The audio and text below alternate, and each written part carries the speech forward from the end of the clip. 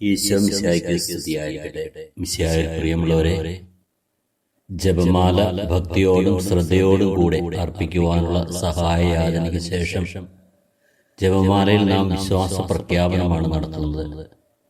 വിശ്വാസ പ്രമാണം കുടുംബസമേതമോ വ്യക്തിപരമായോ ചൊല്ലുമ്പോൾ ദൈവസാന്നിധ്യവും സാർവത്രിക സഭയുടെ ഏകീകൃതമായ സാന്നിധ്യവും കുടുംബത്തിലും വ്യക്തിയിലും വന്നു നിറയുകയും വിശ്വാസ ജീവിതത്തിൽ അടിയുറച്ചു നിൽക്കുവാനുള്ള ഒരു പരിശീലനവും ശക്തിപ്പെടുത്തലുമായി അത് മാറുകയും ചെയ്യുന്നു.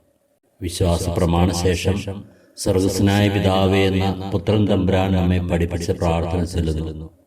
ഇതിനുശേഷം ദൈവവിശ്വാസം, ദൈവശരണം, ദൈവസ്നേഹം എന്നീ പുണ്യങ്ങൾ ഉണ്ടായി ഫലം ചെയ്യുവാനും വളരുന്നതിനും വർദ്ധിക്കുന്നതിനും വേണ്ടി നന്മ നിറഞ്ഞ മറിയമേ പ്രാർത്ഥന ചൊല്ലി പ്രാർത്ഥിക്കുന്നു.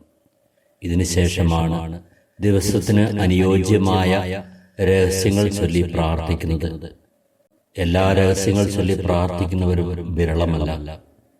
പരിശുദ്ധ അമ്മേ, ഞങ്ങളിൽ ദൈവവിശ്വാസം, ദൈവശരണം, ദൈവസ്നേഹം എന്നീ പുണ്യങ്ങൾ ഉണ്ടായി വളരുവാനായിട്ട് ഞങ്ങൾക്ക് വേണ്ടി പ്രാർത്ഥിക്കണമേ.